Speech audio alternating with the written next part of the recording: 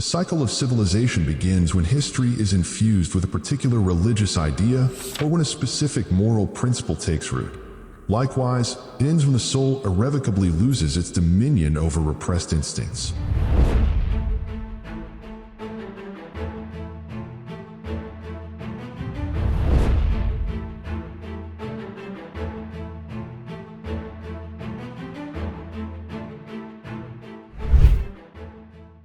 It is impossible to fully grasp what transpired within that dark tunnel without retracing our steps to the very beginning of the journey. It may be a long and arduous path, but as the Spanish writer Paulo Coelho once said, perhaps the treasure lies in the journey itself. Algeria is among the most ancient lands inhabited by humankind since prehistoric times. Within this expanse, the Capsian civilization emerged, its remnants discovered south of present-day Constantine. This civilization endured until the dawn of the Iron Age, alongside other cultures such as the Aterian and the Tassili civilizations. Historians assert that the Capsian tribes migrated northward in response to gradual desertification, settling between the years 1500 and 1500 BCE in what is now the Maghreb. From these early settlers arose the first Berber tribes, including the Maori, the Masilii, and the Getchali before the arrival of the Phoenicians, seafarers from the eastern Mediterranean, who reached North Africa's coast around 1200 BCE.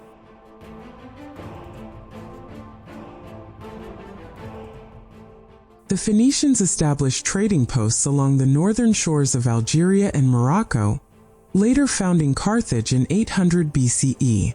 Over time, Carthage evolved into a powerful empire, dominating the western Mediterranean and becoming a thriving commercial hub. Meanwhile, the first Berber kingdoms such as Eastern Numidia, Western Numidia, and Mauritania began to take shape. At that time, in southern Europe, Rome was rising as a formidable power. This ascent ignited a series of conflicts between Carthage and Rome, known as the Punic Wars, a name derived from the Roman designation Poni for the Carthaginians, referencing their Phoenician ancestry. The First Punic War erupted in 264 BCE over control of Sicily, following a Carthaginian assault on the city of Messana. This war raged for 23 years, making it one of antiquity's longest and most grueling maritime conflicts, as chronicled by the ancient Greek historian Polybius.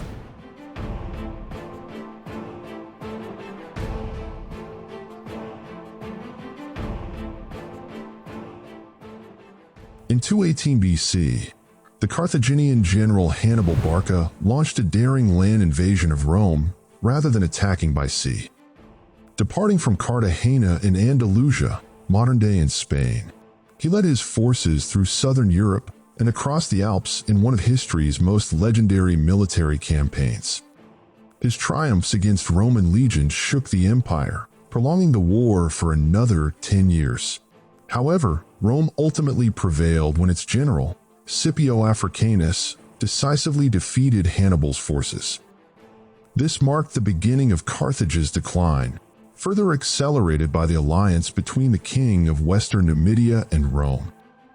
In 202 BC, the Carthaginian army, led by Hannibal, clashed with the Roman forces under Scipio Africanus in the Battle of Zama, near what is now the Algerian-Tunisian border. The Carthaginian army suffered a crushing defeat, prompting the Carthaginian Senate to sue for peace, thus bringing an end to the war that had raged for 17 years. Meanwhile, the king of Eastern Numidia, Massinissa, allied himself with Rome, while Syphax, the ruler of Western Numidia, sided with Carthage. A fierce conflict ensued between the two Numidian kingdoms, culminating in 205 BCE when Syphax emerged victorious and annexed Eastern Numidia into his realm. However, just 2 years later, with Roman backing, Massinissa defeated Syphax, unifying both Eastern and Western Numidia under his rule, and even seizing portions of Carthaginian territory.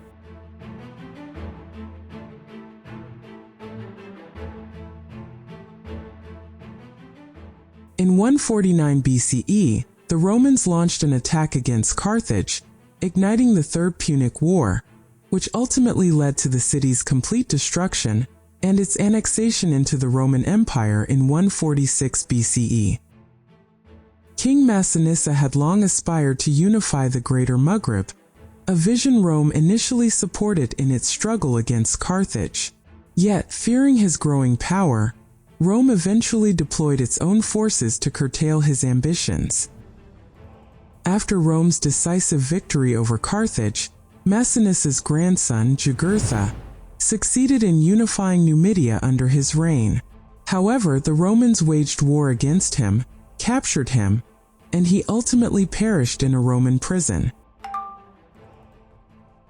Amid the continuous conflicts among Numidian kings, the Romans capitalized on the disorder, settling in Numidia and expanding their military influence. They seized lands from their rightful owners for the benefit of settlers, established new territorial boundaries, and constructed roads to connect the cities. Later, Emperor Claudius divided Numidia into two provinces, Mauritania Caesariensis and Mauritania Tingitana. Meanwhile, in Europe, the Vandals, a Germanic tribe adhering to Arian Christianity, faced relentless persecution from the Roman Church, which upheld the doctrine of the Trinity. Eventually, they consolidated their forces and established a powerful state in southern Europe. In 429 CE, the Vandals launched their invasion of North Africa, engaging in protracted wars against the Roman Empire, which still controlled the region. By 439 CE, they had defeated the Romans and captured Carthage. Their conquests continued as they seized the islands of Sardinia and Corsica. However, Berber uprisings destabilized the Vandal kingdom, paving the way for Byzantine intervention. Emperor Justinian declared war on the Vandals, and in 534 CE, successfully recaptured Carthage before extending Byzantine control over Numidia and Sardinia. Yet, the Berber revolts against Byzantine rule persisted, leading to the establishment of several independent emirates across Algeria.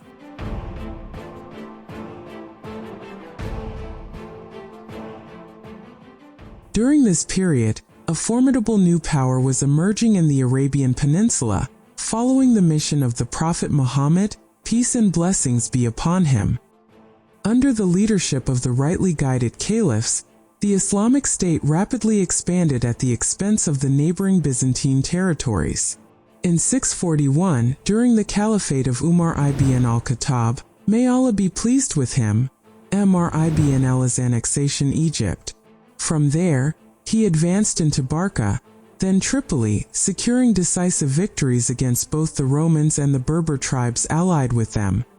At the dawn of the Umayyad era, Caliph Muawiyah ibn Abi Sufyan entrusted the military commander Uqba ibn Nafi with leading the Islamic forces in their annexation of North Africa. He successfully reached present-day Tunisia and founded the city of Kairouan in the year 666. Under the reign of Caliph Yazid ibn Muawiyah, Uqba ibn Nafi continued his campaign, advancing across North Africa until he reached the shores of the Atlantic Ocean near present-day Agadir. However, repeated revolts by the Romans and Berbers against the Islamic expansion necessitated further military action. In 701, Commander Hassan ibn al-Numan decisively defeated the Berber army led by the warrior Queen Dihya, known as Al-Kahina. Musa ibn Nusair then completed the annexation of the Maghreb, reclaiming cities and territories from rebellious Berber factions. His campaign extended to Tangier, where he appointed Tariq ibn Ziyad as its governor. Tariq, in turn, led the Islamic armies into Andalusia, marking the beginning of Muslim rule in Spain. Thus, North Africa was unified under the banner of Islam, and the central Maghreb, modern-day Algeria, became part of the Umayyad Caliphate, later transitioning to Abbasid rule.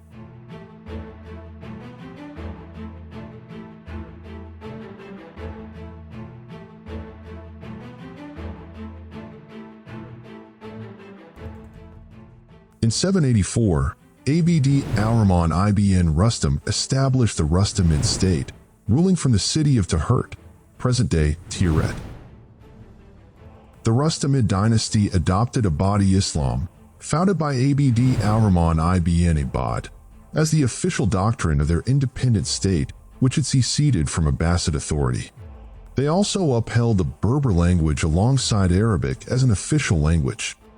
The Rustamid rule endured until the rise of the Fatimid Caliphate in the Western Maghreb. The Fatimids, also known as the Abbasids, established an Islamic state that uniquely embraced Ismaili Ashurism as its official doctrine. They successfully overthrew the Aghlabids in annexation to Tahert in 909, deposing the last Rustamid ruler, Yakzan ibn Muhammad. The Fatimids made Mahdia their capital and continued expanding their influence across North Africa at the expense of Abbasid authority. Their expansion ultimately reached Egypt, where the Fatimid general Jawhar al-Sakili seized control in 969.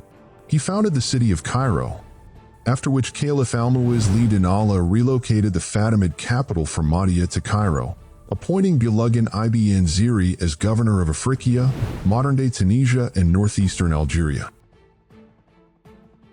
Following this transition, local revolts erupted in the central Maghreb.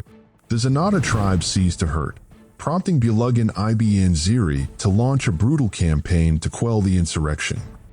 He recaptured the city through sheer force, then advanced towards Tlemcen, which surrendered without resistance, as did the remaining cities of the central Maghreb. After Bulagan's death, Fatimid Caliph Al-Aziz Billah appointed Al-Mansur ibn Bulagan as his successor in Afriqiya. Al-Mansur established his capital in Kairwa, and his descendants, known as the Zirids or Banu Ziri, continued his rule. Meanwhile, his brother Hamad ibn Bulagan founded the Hamidid Dynasty in western Algeria, embracing Sunni Islam in contrast to the Fatimid doctrine.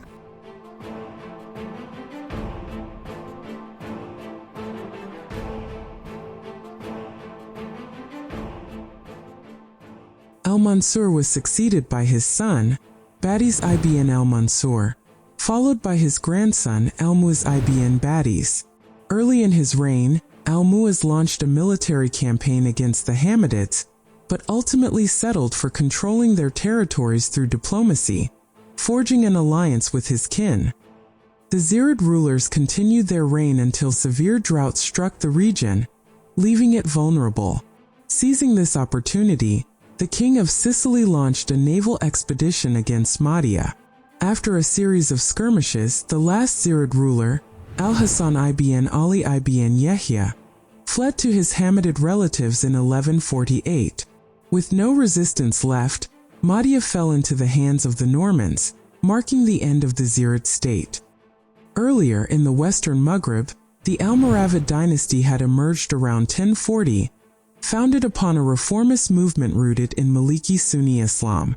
Branding themselves as the state of piety and reform, the Almoravids transformed into a formidable military and economic power, rallying the nomadics and Haja tribes under their banner. Expanding northward, they clashed with the Zayanids, who controlled the lucrative trade routes between the Sahara and Andalusia. The Almoravids ultimately succeeded in unifying Morocco under their dominion. Their expansion extended into Andalusia, where they responded to calls for aid from the fractured Taifa kingdoms. At their zenith, the Almoravid state's northern frontier bordered Castile, while its eastern limits adjoined the territories of the Zirids and Hamidids. Yusuf ibn Tashfin founded the city of Marrakesh and established it as the capital of the Almoravid state. His rule spanned nearly 37 years, during which the foundations of the state were solidified. However, uprisings erupted in both Andalusia and the Morocco, leading to the rise of the Almohad movement, originating from the Zenata tribes, which seized control of Marrakesh. The Almohads ultimately overthrew the Almoravid state around the year 1147. The Almohad state expanded, annexing Tlemcen and Oran before seizing control of Marrakesh and Fez. They advanced through the central Maghreb, entering Algiers in 1153, and continued their eastward expansion until reaching Tripoli. To the north, they extended their dominion to the southern Iberian Peninsula, uniting the entire northwest of Africa under Almohad rule. However, a coalition of European armies, led by the Kingdom of Castile, rose against them, and Almohad suffered a crushing defeat at the Battle of Las Navas de Tolosa in 1212. This marked the beginning of the decline of Muslim rule in Andalusia. Simultaneously, Almohad's power waned in North Africa, leading to the fall of Tunis into Hafsid hands, the central Morocco, present-day Algeria, under Ziyanid control, and the western Morocco under the rule of the Marinids. By 1269, Almohad's state had come to an end. The 14th century witnessed a general decline across the Maghreb, characterized by internecine conflicts among ruling dynasties, internal strife, and social uprisings. Demographic deterioration and population decline ensued due to severe droughts and devastating epidemics. The Ziyanid kingdom, weakened by familial discord, fragmented further. In 1492, Granada, the last stronghold of Muslims in Andalusia, fell. In the aftermath, the expulsion of the Moriscos, Muslims who had remained after the fall of Islamic rule and were coerced into converting to Christianity, began. Vast numbers fled to North Africa, with Algiers alone receiving 25,000 Moriscos, significantly contributing to the city's urban expansion.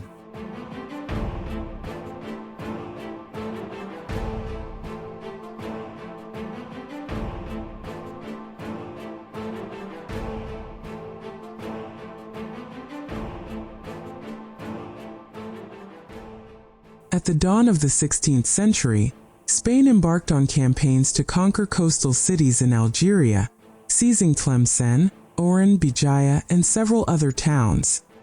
Salim al-Tumi, the leader of the Thialaba tribe, pledged allegiance to the Spanish commander, who imposed exorbitant tribute, demanded the release of Christian captives held by the city's inhabitants, and ordered the construction of a fortress known as the Rock Citadel on an islet merely 300 meters from Algeria. This stronghold became a persistent threat to the city. At that time, the Ottoman Empire, founded by Osman I in 1299, stood at the zenith of its power, having annexation vast territories in the Balkans and the great city of Constantinople in 1453. Seeking aid against the Spanish, the people of Algiers dispatched a delegation to the Ottomans, prompting the famed Barbarossa brothers, Aruj and Khayr al-Din, to set sail for Morocco with their fleet and forces. They achieved remarkable victories over the Spanish and launched an initial attempt to liberate Bijaya, though their efforts were thwarted. They subsequently established a strategic base in Jijil, and frequently raided Spain to rescue persecuted Muslims. In retaliation, Khayr al-Din launched an assault on the Balearic Islands, capturing thousands of prisoners. The Barbarossa brothers made several attempts to reclaim Bijaya, but Spanish fortifications and a shortage of ammunition hindered their success.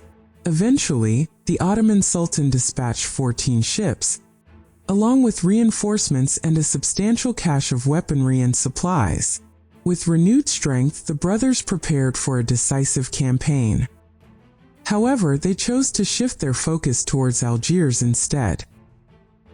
Aruj organized a formidable land force, while Khayr al-Din commanded a powerful naval fleet.